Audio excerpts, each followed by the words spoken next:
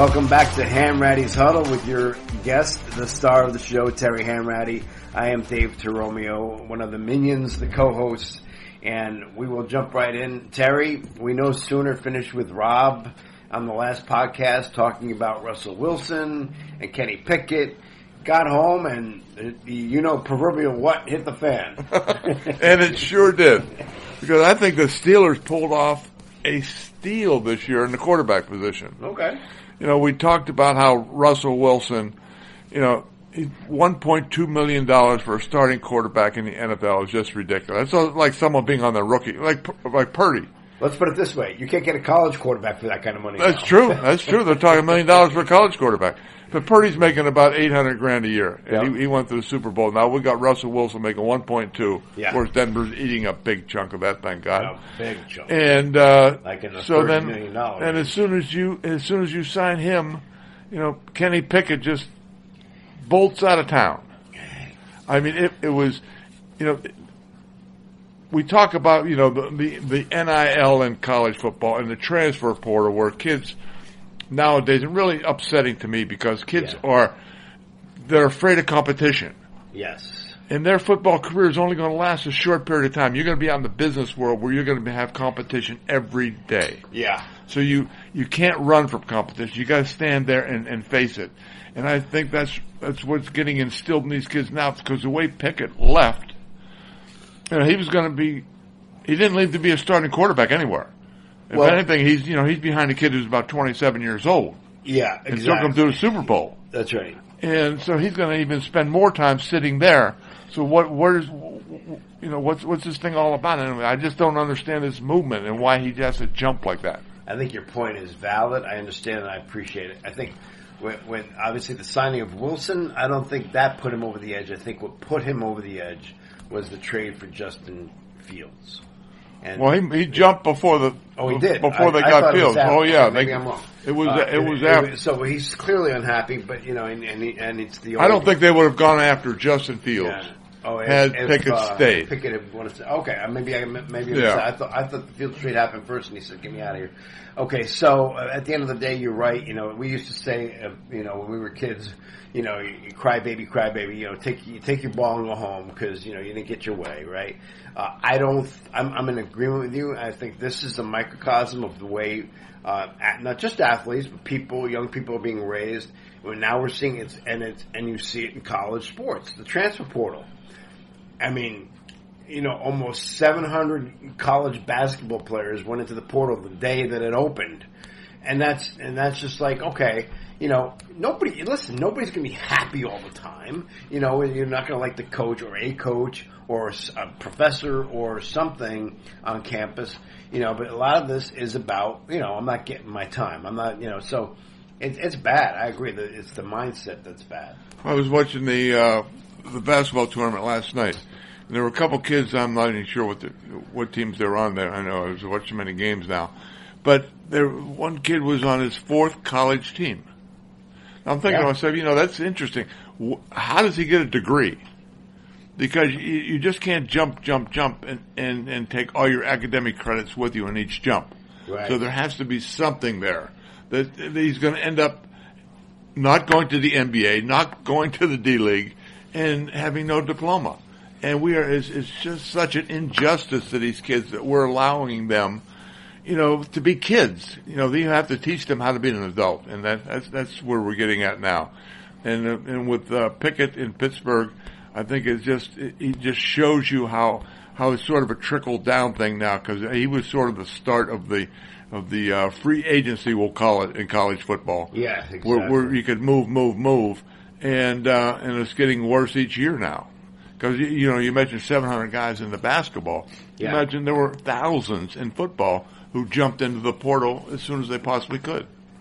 Yeah, so at the end of the day, unfortunately, I don't think it's about the credits or how many credit hours they can take with them or, if it's about education at all. And I think a big problem, and it's going to get bigger, is that a lot of these players, these Division I athletes, basketball, football, are under the impression that they are pro material, and they are not. Well, what they have to remember is that the one thing that never changes, you got the NIL, you got the portal, you got all these kids making fortunes and fortunes. One thing that doesn't change is the percentage that go into the pros who are going to make a living. And you can make a living, and there's only a small percentage of the guys in the pros that are making generational money. Yes. So you better get that diploma, because eventually you're going to have to fall back on something. And that's the only thing that's good to fall back on, because you're not going to have the money to be generational. Eventually you're going to have to get a job.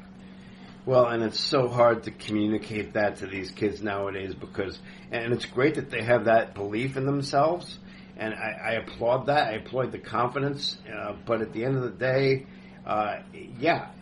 you look at guys like Derek Jeter. Longevity of that career. He was retired at 38 years old. And he had to do something else with his life. So that's why I think, like, even a program like mine, a master's degree where you learn the business side of sports is important for not just athletes, but people who, we'd all love to have millions of dollars in the bank, but at some point, even if you have that kind of money, you're going to be bored. You have to be proactive. You have to get out there and do something in your community or for society or for yourself. No, you can never retire. I think people who retire just go down here real quick. I agree. You have to keep your mind active and keep doing something. Yeah. And whether you have to do it for a living or whether you have to do it just to maintain your sanity. I remember when Bear Bryant retired, and he's not the only example here. From coaching football, legendary football coach, Alabama, obviously, people know that.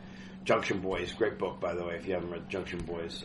But he was dead within a year. And I'm not saying it killed him, but it changes your mentality, how you approach it, how you get up in the morning. So, I don't think in our day and age with the finances the way they are, the retirement is an option. But I think it's really important. And if you do have go volunteer. Volunteer in a soup kitchen. Keep busy. But anyway, enough of that. So the quarterback room is set, and you like it, which is really interesting.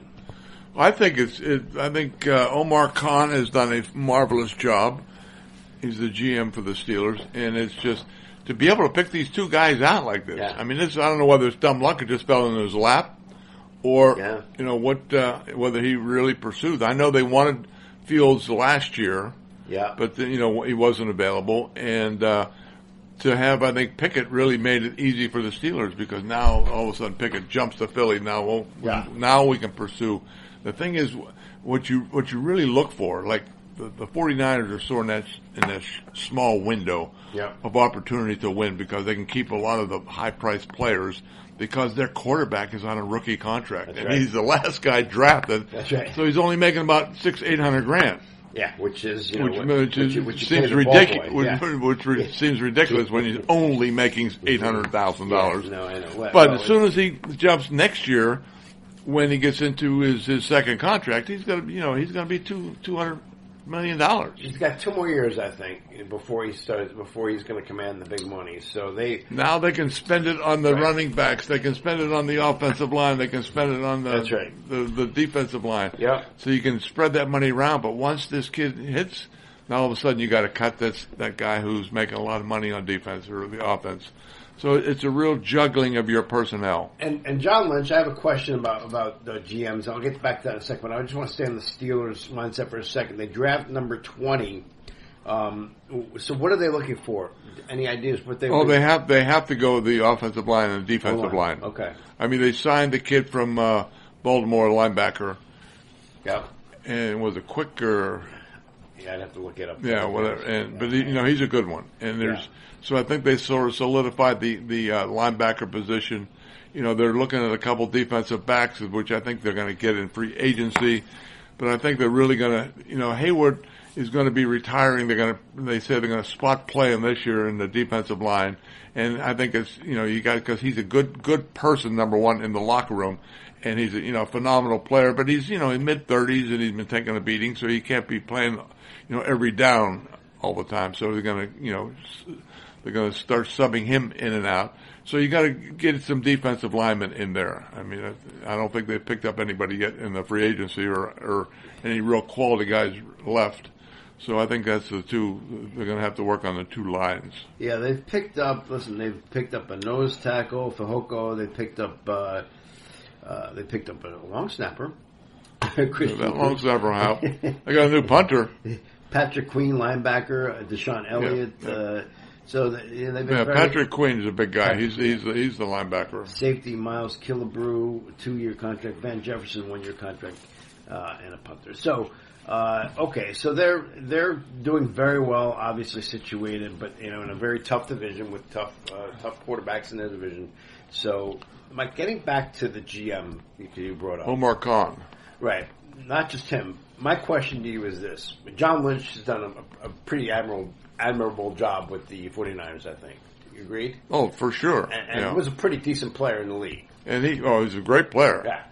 The question is, does that help him as being a former player? Because some of these guys, maybe they played at some level. Joe Douglas, I think, was an offensive lineman. I don't even know if he, played in the NFL. I think most played somewhere. Yeah, somewhere along the line. But having that kind of pedigree from the NFL, does that help you, especially when you're communicating with players? It'll hurt you if you let it hurt you. Yeah, okay. Because they always say that great players don't make great coaches because they expect the player to do exactly what they did. Pete Rose was a terrible man. Yes. Great, one of the best hitters of all time. Exactly. But he just couldn't understand why guys couldn't do what he could. Hit the way he did. Right. Or throw the ball the way, the quarterback threw the ball, whatever. So you have to be able to step back and really, have an educational look at the whole situation. I think that's what Lynch does for them. Yeah. Okay. And it fell in their lap, too. They got Christian McCaffrey. Well, that was a great trade. That's a phenomenal trade. Phenomenal. Yeah. And they got, Brock Purdy, the last guy in the draft. And, how do you expect to sign this kid? Yeah. They probably said, do we even need to sign him? That type of situation. All of a sudden, he's your starting quarterback and taking the Super Bowl. As somebody, as you know, I root for the Jets. I have since I was 8 years old. We got yourself a receiver. We did. And he's made some really good moves, I think, obviously, with the receiver room and other areas. I wasn't going there. But where I was going was if I had to pick a second team to root for right now, it would be the 49ers, and I'll tell you why. I really like, first of all, the NFC.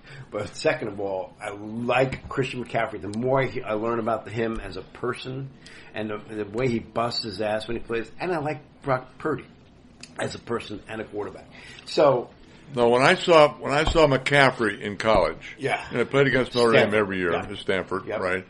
And I think this kid's a good little running back, good, not all of a sudden they dropped the number in the first round. I'm going, why in the world he's not a first round pick? Yeah, and all of a sudden I see what he does. Yeah, the kid is phenomenal. He is phenomenal. And he stays in there and he's as tough as his nails. He catches the ball so well. Yeah. He hits the ball, and he's always going forward with his momentum. And, I was so wrong on him. It was incredible. Yeah. But he's fun to watch. He really is, because he's got it all. He is. I have to tell you a quick story, a side story from when I was in Aruba. I saw on Facebook the Apple was promoting this documentary that they've done on the Patriots dynasty, and it kills me to just say those words together. On the Patriots dynasty, and it was an ad, obviously, to watch it, and it was the whole description and picture Belichick, blah blah blah. And of course, I always lose my lunch when I see those things. But I just wrote, being the ass that I am, the subtitle should be, sometimes it pays, sometimes cheating pays off, or something to that effect. And one person liked it. Brock Purdy. And I looked at it to make sure it was him, and sure enough, it was him. Wow. So, was it the true? Or, who was telling those things? I was like, is this just somebody pretending to be Brock? But I went to the page, and it was him. So, it was, the subtitle was, sometimes cheaters do prosper. I think that's what I said the subtitle should be. But I've heard mixed reviews about that documentary, even from the players from the Patriots who were interviewed for it, and they're not happy about it. So I don't know if I can watch it, But if you're a true Jet fan, so that's why you can't watch it. Well, I can't watch it because if you know anything about the history, you know that Tom Brady only got in the game because Mo Lewis, the Jet linebacker, knocked Drew Bledsoe into Kingdom Come. Yeah. And in comes Brady, and I'm like, I was watching that game, I was like, oh, geez, they're going to win this game easy. Who's this kid? And lo and behold, he takes him to the Super Bowl and wins that year. So I have a lot of respect for Brady. I wish I could say the same for Belichick. I don't. I think he's a great coach. I don't like him as a person. I don't know why I'm going down this road. Terry, get me out of here. Well, that's what happens when you get you're a Jet fan and you get to that rut. Right. You just have to badmouth the New England Patriots. Of course, there's not a lot of love, from Pittsburgh to New England or to the Patriots either. So that's true. That is true. Of course, what happens when you win all those games and people get a little jealous, but we've won our few too. All right, so let's transition for a second because we have a few minutes left here, and I mentioned Pete Rose, which is obviously a baseball analogy, but baseball is in the news and not for good things, Terry. And that is incredible. When I heard it last night, I was shocked. And I don't think it hasn't unfolded yet. It's unfolding by the minute. Oh yes, Ohtani's translator somehow transferred $4.5 million to a bookie in Los Angeles. Yes. And it's hard to imagine whether you made one bet or you made 450 million bets. Right. And it's I think we're going to see a lot. And you wonder, is Ohtani connected to it? Because he's taking $4.5 million out of your bank account. You'd think first of all, how does he have access to your bank account? Number one. Right. You don't need an interpreter for that. Yep. And it's just, I think we're going to hear a lot.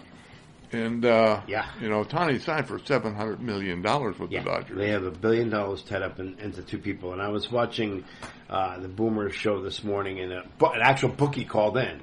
And he said, and you could tell the guy was legit because he swore. First of all, but he was also like, listen, he goes, nobody's going to take that kind of money unless they know who's placing the bets.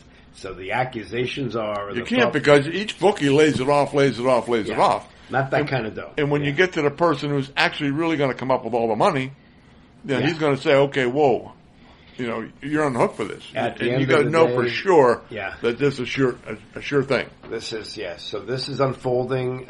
You have, first they said it was massive theft. Now we have the bookie involved. Now we have Ohtani.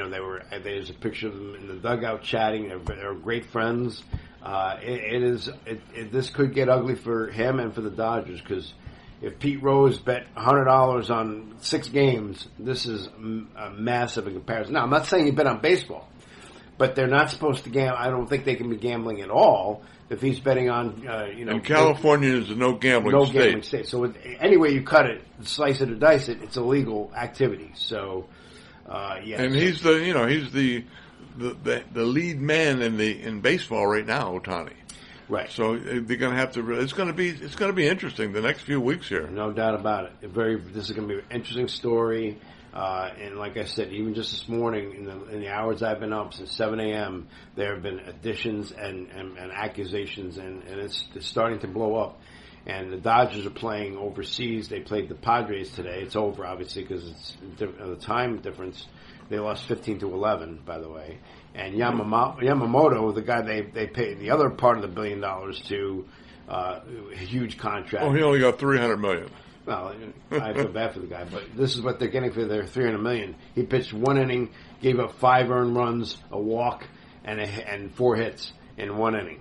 And that's an ERA, if my calculations are correct, of about 45 people. So, listen. It'll come down, though. Don't worry. It should. If it doesn't.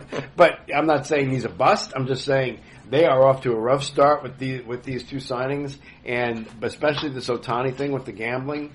If that proves to be, something he was involved with, then you're looking at a long-term suspension or expulsion. It has to be. Yeah. Because Pete Rose is in the back of everybody's mind. Here's a guy that would be normally a first ballot Hall of Famer. By the way, just a little trivia, just to extricate ourselves from this conversation a little bit. Pete Rose was banished by the commissioner at the time, Bart Giamatti. Giamatti was a very intelligent man. He was a professor at Yale. And do you know who his son is? Yes, he's an actor. That's right, Paul Giamatti. Paul Giamatti. Up for an Oscar. In fact, I watched The Holdovers. He was excellent in it, and he has a degree from Yale. So, and that's right down the road from us here in New Canaan. So that's interesting. I always find things like that interesting.